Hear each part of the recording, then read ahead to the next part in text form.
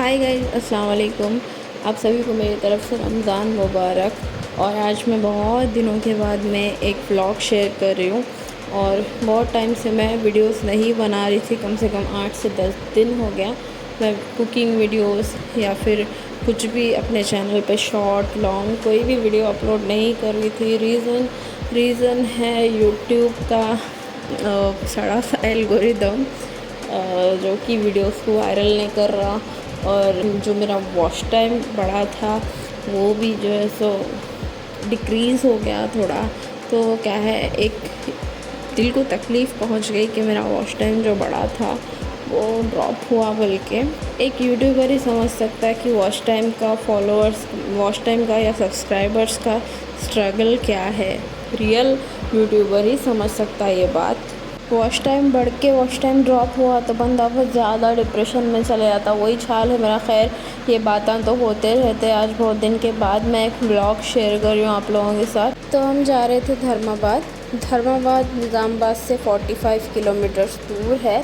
क्यों जा रहे थे धर्माबाद? क्योंकि वहाँ पर होलसेल में मिर्ची, हल्दी, जो भी अनाज है, मतलब गेहूँ, बाजरा, जवारी, जो भी चीज़ें हैं, दालें वगैरह, चावल को छोड़ के ये सब चीज़ें होलसेल रेट में मिलते। और एक फ़र्क ये रहता कि हम जो यहाँ पर निज़ामाबाद में या फिर ऑनलाइन से जो चीज़ें मंगा के खा रहे उसमें और वहाँ की चीज़ों में, दालों में हो गया या फिर गेहूँ में हो गया या फिर मिर्ची, हल्दी, कंपेयर करके देखें तो ज़्यादा टेस्टी रहता और ऑर्गेनिक रहता। और अब आप लोग बोलेंगे कि कई को माँ ऑर्गेनिक चीज़ें ऑनलाइन पे भी मिलते, वहाँ से ही मंगा लेना था। तो ऐसा नहीं है, वहाँ से मंगाने यहाँ से मंगाने में बहुत ज़्यादा फ़र्क रहता। ऑनलाइन की जो अनपॉलिश्ड दाल रहती उसका टेस्ट और यहाँ की दाल का टेस्ट ज़मीन और आसमान का फ़र्क रहता उसमें। आप कभी ट्राई करो। अगर आप निज़ामाबाद से रिलेट करते तो धर्माबाद के बारे में तो सुने ही होंगे। पूरे 2 घंटे लगे हमको ऑटो से। हम सुबह 10 बजे निकले तो 12 बजे वहाँ पे पहुँचे।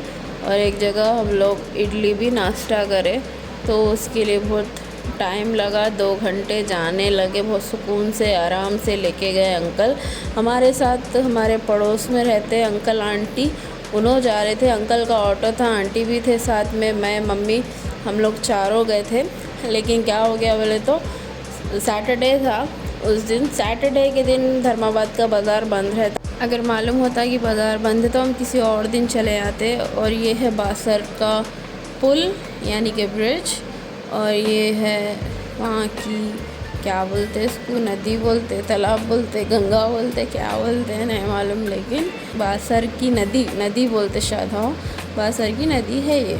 और जो लोग भैंसे में रहते, निज़ामाबाद में रहते और आदिलाबाद में रहते, उन लोगों को मालूम ही है ये जगह। तो चलिए, हम अब पहुंचने वाले हैं थोड़ी देर में। और धूप तो ऐसी बला की थी कि रोड पे पानी के साथ पानी डाले जैसा दिख रहा था। लेकिन अल्हम्दुलिल्लाह खेतों की जो ठंडी ठंडी हवा थी ना, वो अलग ही सुकून दे रही थी। धूप जितनी ज़्यादा शिद्दत की थी उतनी ज़्यादा खेतों की ठंडी ठंडी हवा आ रही थी। बहुत मज़ा आया, बहुत इंजॉयमेंट करे जैसा दिखा मेरे को। हाँ, मुझे बैठ के नज़ारे शूट कर रही थी मैं ऑटो में, लेकिन मेरे को बहुत सुकून फ़ील हुआ, बहुत अच्छा दिखा, रिलैक्स फ़ील करी मैं। और मेरे को ट्रैवलिंग करना बहुत ज़्यादा पसंद है, लेकिन हम लोग कहीं जाते आते नहीं ज़्यादा। खेता वगैरह देखना, गाँव को एक्सप्लोर करना, नई जगह जाना, नई जगह को एक्सप्लोर करना, कहाँ पे कौन सी चीज़ क्या है वो देखना, मालूमात करना मुझे बहुत अच्छा लगता।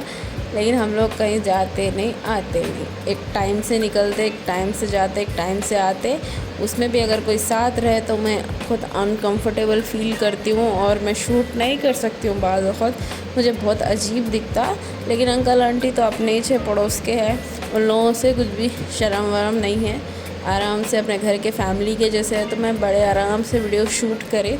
देख सकते हैं आप कि हम धर्माबाद पहुंच गए, मार्केट को भी पहुंच गए। और बड़े बड़े मिर्ची के कुप्पे लगे हुए हैं बड़े बड़े मिर्ची के कुप्पे लगे हुए हैं। वो मिर्ची को लेके क्या करना, मतलब ले लेना, ख़रीद लेना। ख़रीद लेने के बाद में उन्ना क्या करते, वहीं उसका पाउडर बना के देते। किलो 2 किलो लिए तो नहीं देते, 4-5 किलो लेना, नहीं तो बोलते गिरनी के अंदर लग जाती, वो निकलती नहीं। 1-2 किलो लिए तो पीसे हुआ पाउडर है तो वो ले सकते। तो ये लाल लाल बड़े बड़े जो ढेर नज़र आ रहे, इसमें अलग अलग किस्म की आपको मिर्ची है, टाइप्स ऑफ मिर्ची, टाइप्स ऑफ वैरायटी आपको यहाँ पे मिल जाएंगी धर्माबाद में, अलग अलग टाइप की।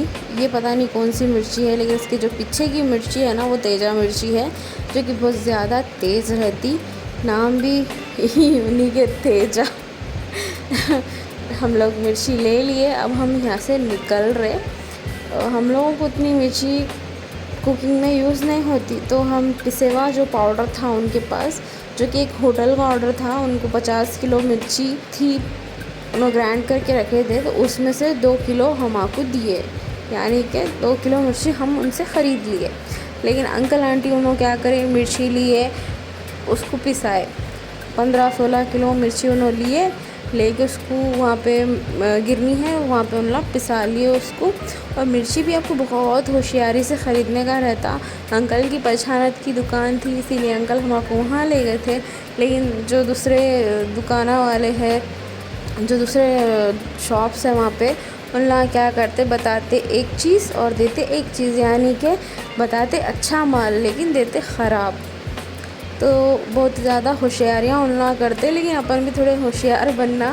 पहली बार कहीं जा रहे तो थोड़ा आजू बाजू वालों से, इनसे उनसे थोड़ा पूछताछ कर लेना, लेकिन हम लोगों को ज़रूरत नहीं पड़ी। लेकिन अगर आप गए तो पूछताछ कर लेना अच्छे तरीके से। कहीं भी कुछ भी ख़रीदने जाओ तो सौ खुद वो चीज़ को परख के लेना। क्यों बोलते अपन पैसे दे के ले रहे, सो फ्री में नहीं ला रहे। और लोग आजकल बहुत स्कैम कर रहे, बहुत मतलब बहुत ज़्यादा स्कैम कर रहे, बता रहे एक दे रहे एक। ख़ास करके गांव वाले तो साहब नहीं करते, शहरों में होता ज़्यादातर ये, लेकिन फिर भी अपना काम है, होशियारी से रहना।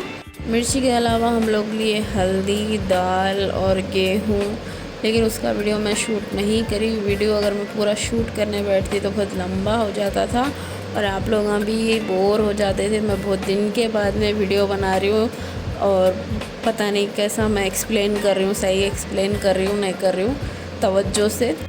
और वॉच टाइम ड्रॉप होने के बाद में तो मेरा तो दिल ही टूट गया वीडियो बनाने के ऊपर से।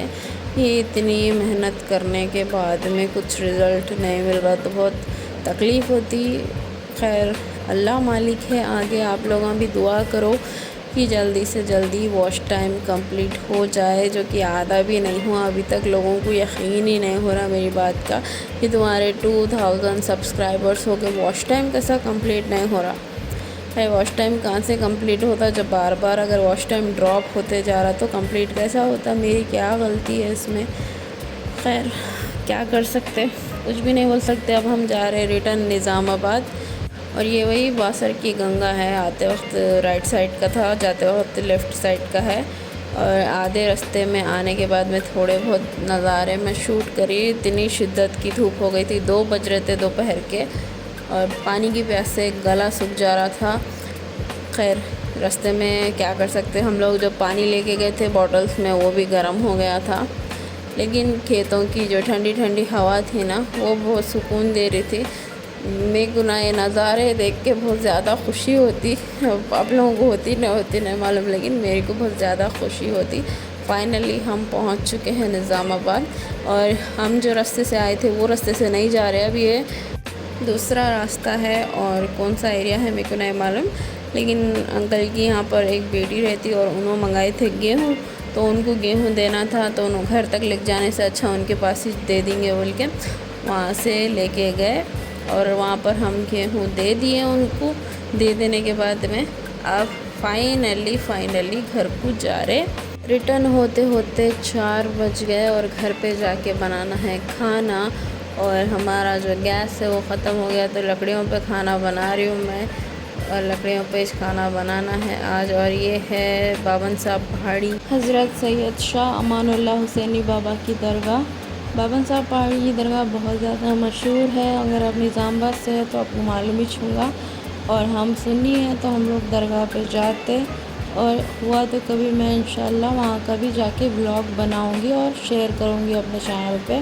और ये व्लॉग 4 से 5 दिन हो गया था शूट करके, रमज़ान से पहले का है, लेकिन मैं फर्स्ट रोज़े के दिन इसको शेयर करूँगी, बल्कि सोची थी तो आज शेयर कर रही हूँ। चलिए दुआओं में याद रखिए और इस ब्लॉग को मैं यहीं एंड करती हूँ। वीडियो बहुत लंबी हो गई है। मिलते हैं नेक्स्ट वीडियो के साथ, तब तक के लिए अल्लाह हाफिज़।